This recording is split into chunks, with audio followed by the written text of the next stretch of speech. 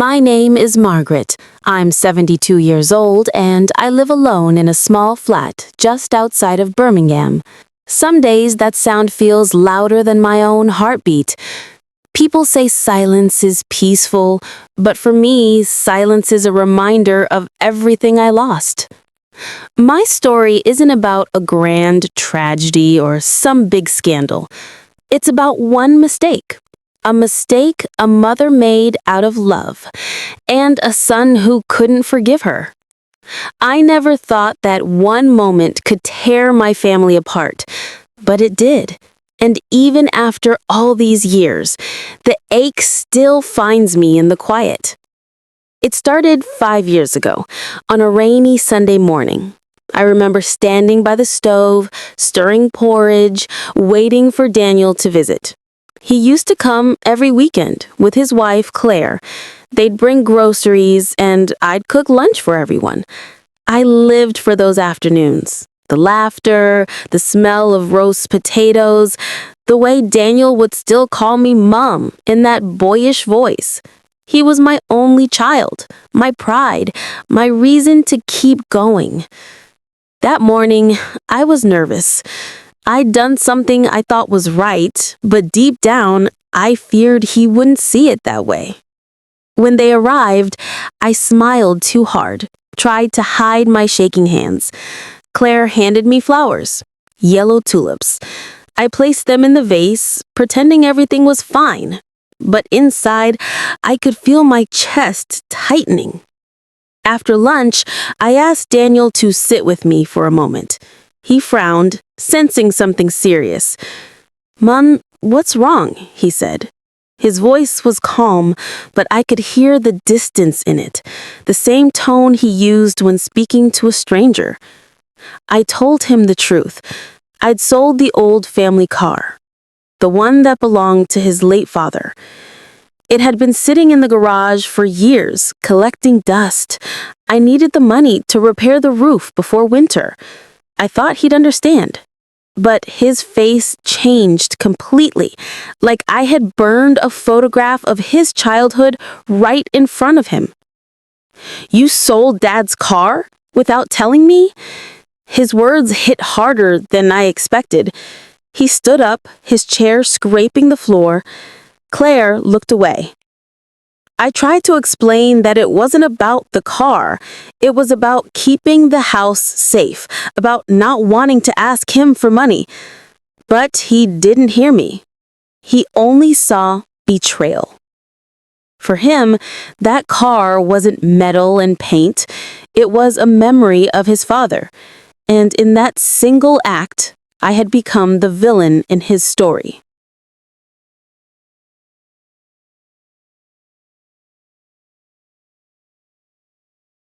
The days that followed felt like walking through fog. I still woke up early, made coffee, folded the laundry, but it all felt mechanical, like my body remembered what to do even when my heart didn't. The silence in the house was louder than any argument we ever had. It crept into every room, every corner, whispering the truth I didn't want to hear. Nothing would ever be the same again. Sometimes I'd catch myself reaching from my phone, about to send a message, before remembering there was no one left to send it to. The habit of caring doesn't vanish overnight. It lingers, like the scent of someone who's just left the room. One morning, as I stood by the window watching the rain slide down the glass, I realized I wasn't waiting for him to come back anymore. I was waiting for myself to return, the version of me that once believed love was enough to fix everything. I started taking walks in the park again, the same park where we used to go years ago, before everything got so complicated. The benches were wet, the air smelled of earth and rain, and for the first time, I didn't cry. I just breathed. There was something healing about being surrounded by strangers, people who didn't know my story, who didn't look at me with pity. For a moment, I felt invisible, free. At night, I began writing again. Not letters to him, not apologies or explanations, just thoughts. Words that carried no expectation, no destination. Some nights they made no sense at all, but there was comfort in seeing them appear on the page, one after another, proof that I was still capable of creating something even when I felt empty. One evening, I found an old photo album tucked behind a stack of forgotten boxes. Inside were memories frozen in time, smiles that had faded, promises that hadn't lasted. I didn't cry this time. I traced my fingers over the photos, whispering a quiet thank you. Because even if the ending hurt, those moments were still real. And maybe that was enough. When I turned off the light that night, I felt a strange kind of peace settle over me. It wasn't joy, not yet, but it was the first step toward it. The first sign that healing had begun, quietly, in the background, while I was busy surviving. And maybe that's how it always happens. Not in grand gestures or sudden realizations, but in small, almost invisible moments when you finally decide to stop looking back. The seasons began to change before I noticed. The trees outside my window traded their green for shades of amber and gold. The world kept moving, as if reminding me that time doesn't wait for anyone. And maybe it was time I stopped standing still too. One morning, I decided to clean the house. Really clean it. Not just the kind where you sweep the dust under the rug, but the kind where you open every drawer, touch every memory, and decide which ones still deserve space in your life. I found old letters, gifts, and tiny mementos I'd forgotten existed. Each one had a story attached, and each story carried its own kind of ache. But instead of breaking me, they reminded me of how much I had lived, how much I had loved. I didn't throw everything away. Some things I kept, not because I couldn't let go, but because they were part of who I was. The rest I boxed up and left at the edge of the road, like chapters that had finally reached their end. Later that evening, I sat by the window again, watching the street lights flicker on. The city looked softer somehow, less harsh, as if it was exhaling with me. I brewed myself a cup of tea and turned on the radio. A familiar song played, one we used to dance to. And instead of sadness, I felt gratitude. Gratitude that once I had known a kind of love that was real enough to hurt. They say time heals all wounds, but I think it's not time that heals. It's acceptance. The moment you stop trying to rewrite the past, it loses its power to haunt you. That night, I whispered to the quiet room, "It's okay." Maybe I was saying it to him, maybe to myself. But it was the first time the words didn't feel forced.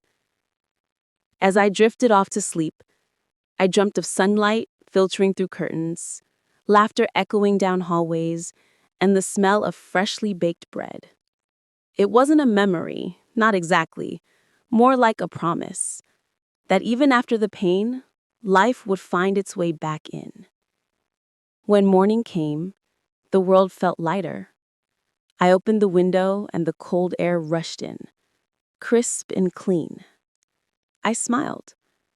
Not because everything was perfect, but because for the first time in a long while, I didn't need it to be.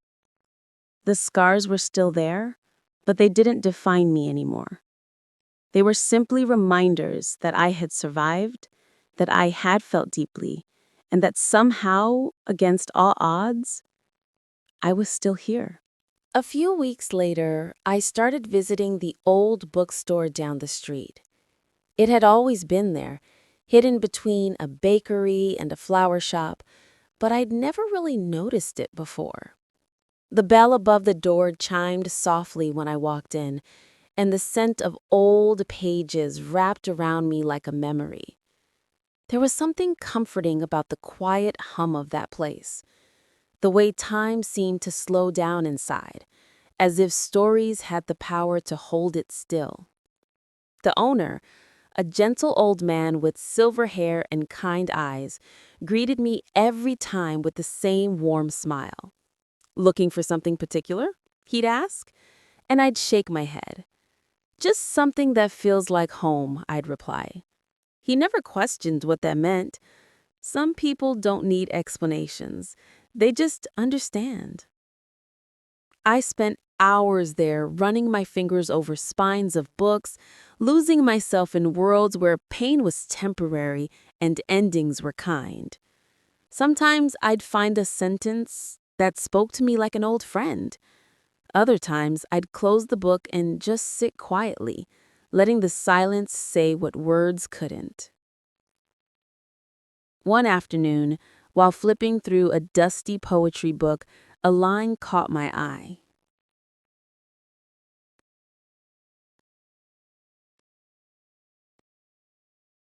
She survived the storm, not by waiting for the sun, but by learning to dance in the rain. I don't know why, but it felt like those words were meant for me. I bought the book that day, not because I needed another story, but because I finally understood mine. That evening, I walked home under a gray sky that threatened to rain. I didn't rush. When the first drop touched my hand, I looked up and smiled. For so long, I'd been afraid of the storm, the chaos, the pain, the unknown. But maybe the rain wasn't here to drown me. Maybe it was here to wash away everything I no longer needed. When I reached home, the house didn't feel as empty anymore. The walls were still the same, the quiet still lingered, but there was warmth now, a softness in the air that hadn't been there before. I brewed a cup of tea, placed the new book on the table, and for the first time, turned on the light in the spare room. It wasn't a shrine to the past anymore. It was simply a room, waiting to be filled with something new. Maybe a plant, maybe a painting, maybe laughter again someday. I didn't know what the future held, but as I stood there, listening to the rain tap gently against the windows, I realized something important. Healing doesn't mean forgetting. It means remembering without breaking. And tonight, that felt like enough. Winter came quietly that year. The mornings were slower, the air colder, and the sunlight seemed softer somehow, as if it knew how fragile everything was. I started wearing his old scarf again, not because I missed him, but because it reminded me that warmth could come from something that once hurt. It's strange how grief changes shape over time. It doesn't vanish. It just settles in quieter corners of your soul, waiting for you to learn how to live beside it. Every Sunday, I visited the park. The trees were bare now, their branches skeletal against the pale sky. Children still laughed on the swings, their joy cutting through the winter chill like a song. I'd sit on my favorite bench with a thermos of coffee and just watch. The world didn't stop for my sadness. It never had. But slowly, I was learning to move with it instead of against it. One morning, I met a woman there. Her name was Clara. She sat beside me, feeding the pigeons with crumbs from her sandwich. We didn't talk much at first, just shared quiet company. But week after week, we'd meet again, and the silence between us became comfortable. She had kind eyes, but kind that carried their own history of loss. We never compared stories. We didn't need to. Sometimes understanding doesn't come from words, but from the shared ache of two souls who've both known what it means to be left behind. She started bringing me flowers from her garden, small wild ones, imperfect but full of life. "For your window," she'd say, and I'd take them home, place them in a jar, and smile. It's strange how something so small can make a space feel alive again. One afternoon, as the snow began to fall, Clara turned to me and said, "You know, we never really lose the people we love. They just become part of the things that make us feel alive." I didn't answer, but I carried those words with me. That night, as I looked at the flowers on my windowsill, I realized she was right. He wasn't gone. not completely. He lived in the books I read, in the songs I hummed, in the strength I had found when I thought I had none left. When I went to bed that night, I didn't cry. For the first time in a long while, my dreams weren't filled with loss, but with light. And in that quiet, I whispered a prayer, not for the past, not for what was lost, but for the courage to keep going, because maybe that's what love truly is. Not the promise of forever, but the grace to start again after everything falls apart. Spring arrived quietly, almost shyly, as if unsure it was welcome after such a long, cold winter. The snow melted into tiny rivers that ran along the sidewalks, carrying away the last traces of the past season. In my small garden, the first buds appeared, fragile, hesitant, but alive. I stood there one morning, cup of tea in hand, and realized that the world hadn't stopped for me. It had simply waited until I was ready to see it again. Clara and I still met in the park every Sunday. The trees were dressed in green again, and the air smelled of new beginnings. She'd tell me stories from her youth, little memories that made her laugh in that quiet, contagious way. Sometimes I'd find myself laughing too, without guilt, without the heaviness that used to sit on my chest. Healing had crept in so softly, I hadn't even noticed when it arrived. One afternoon, we watched a little boy chase a kite across the grass. The string slipped from his hands, and he looked ready to cry. Before I could stand, Clara called out to him, "It's all right, sweetheart. Some things are meant to fly."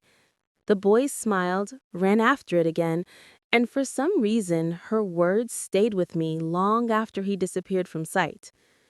That evening, back at home, I found the poetry book on my nightstand, the one with the line about dancing in the rain. I opened it to that page, read it again, and for the first time, I didn't just understand it, I felt it. Life wasn't about waiting for the pain to end. It was about finding rhythm even when the music changed. I spent the next few days painting the spare room. Soft cream walls, light curtains, a vase of wildflowers from Clara's garden.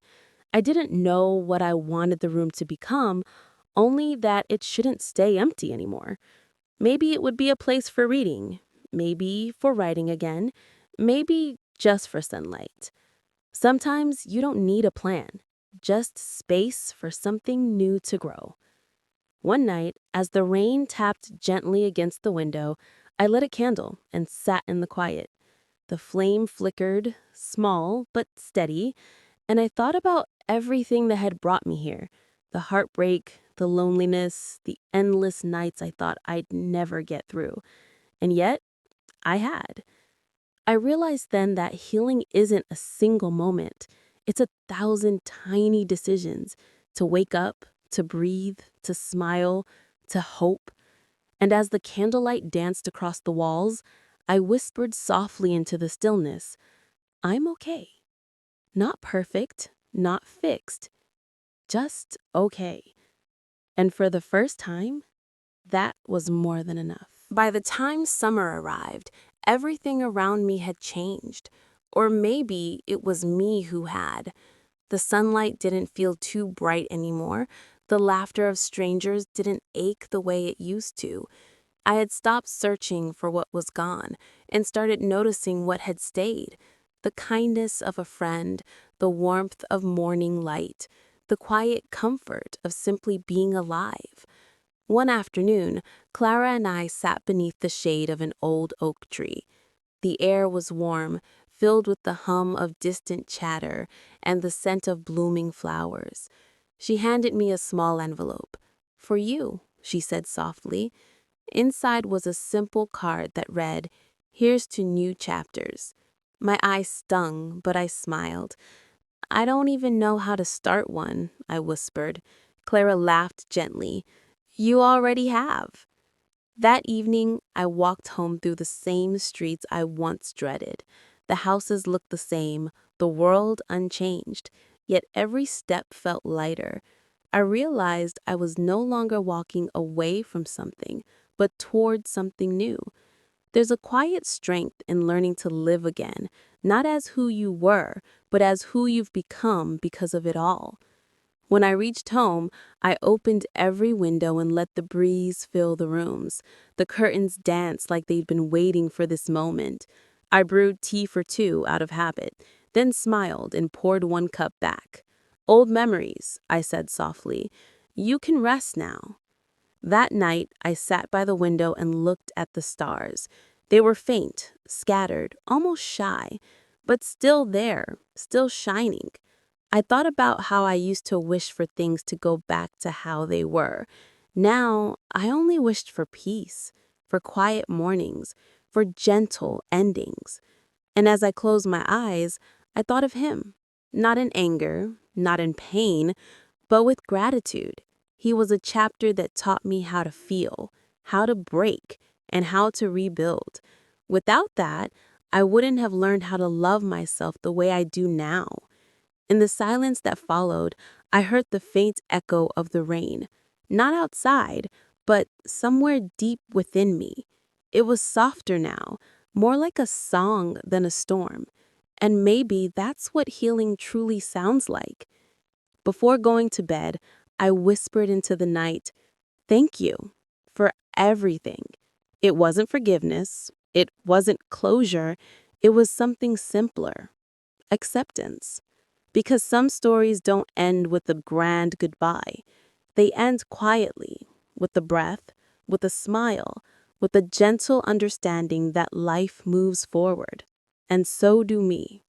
If you've ever loved someone who became a memory, you'll understand. There's a kind of silence that follows the loudest heartbreak, the kind that doesn't ask for answers anymore. You stop replaying conversations in your head. You stop searching for meaning in things that are already gone. And one day, you just breathe again. Not because the pain disappeared, but because you finally learned how to carry it gently. People often talk about healing like it's a sunrise, sudden, bright, full of warmth. But I think healing is more like dusk. It comes slowly, quietly, and before you realize it, the world around you starts to soften. You stop blaming yourself. You stop asking why. And you start whispering, "It's okay now." Some nights, the memories will still knock on your heart. They'll come uninvited, wearing the same smile, saying the same words. And for a moment, it'll hurt, just like before. But then you'll remember how far you've come. You'll remember that your worth wasn't lost when someone left. You'll remember that even after everything, your heart still beats, softer but stronger. Love doesn't always stay the way we hope it will.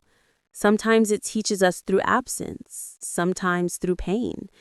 But every scar has a story, and every story carries a lesson that even the most broken hearts can learn to love again. So, if you're listening to this tonight, wondering if you'll ever feel whole again, you will. Not today, not tomorrow, but someday. You'll wake up and realize that you didn't just survive, you grew. You became someone new, someone wiser, someone softer. And when you look back, you won't wish to change a thing. You'll see how every goodbye shaped you, how every ending let you here, to this peace, to this moment. Because sometimes the greatest love story isn't about finding someone who stays. It's about becoming someone who can stay, even when they don't. The truth is, love never really leaves us. It just changes shape. It becomes the laughter of a friend, the comfort of a morning breeze, the quiet strength in your voice when you say, "I'm okay." And maybe that's what real healing looks like. Not forgetting, not replacing, but accepting. So tonight, wherever you are, close your eyes. Take a deep breath and remember, You were never meant to be perfect. You were meant to be real. This is your story, your healing, your becoming. And if no one's told you this lately, I'm proud of you for surviving, for trying, for staying. Because sometimes the most beautiful endings are the ones we write for ourselves. But days kept passing, one blending softly into another, like watercolor fading on paper. I started noticing the little things again. The sound of rain against the window, the smell of coffee in the morning, the quiet hum of the fridge at night. It's strange how peace returns, not with a bang, but with a whisper. There was a time I thought I'd never smile without forcing it, that every laugh would feel fake, every conversation would end in silence. But healing has a rhythm of its own. It's messy, it's uneven. Some days you move forward and some days you fall right back. But even in those stumbles, you're still moving. I began writing letters I never sent, to him, to myself, to the version of me who once begged for love she already deserved. I'd write, "You did your best," and for the first time, I believed it. Sometimes at sunset, I'd walk to the old park near my house, the one where children's laughter echoes between the trees. I'd sit on the same bench we used to share. The air still smelled of grass and dust, and for a moment, it felt like time hadn't moved at all. But when I looked around, I realized everything had changed. The children were taller, the trees had grown thicker, and me, I wasn't the same person anymore. Grief is a teacher that never speaks loudly. It whispers lessons in the dark, and you only understand them when the light returns. I learned that people don't always stay because they were never meant to. Some souls are just meant to touch ours and leave fingerprints that never fade. And maybe that's okay. One evening, an old woman sat next to me at that same park bench. She didn't say a word for a long time. Then she smiled and said, "You remind me of myself years ago. I used to come here too, waiting for someone who never came back." Her words wrapped around me like a warm blanket. For a moment, two strangers shared the same silence, not out of loneliness, but understanding. It was as if the universe whispered, "See, you were never really alone." When she left, she turned back and said, "One day you'll stop waiting, and that day you'll start living." That night, I went home and tore up the last unset letter. It didn't feel like goodbye. It felt like peace. Sometimes closure isn't a door slamming shut. It's a window opening quietly, letting in the evening air. And in that moment, I knew healing wasn't something I was chasing anymore. It was something I'd finally found within myself.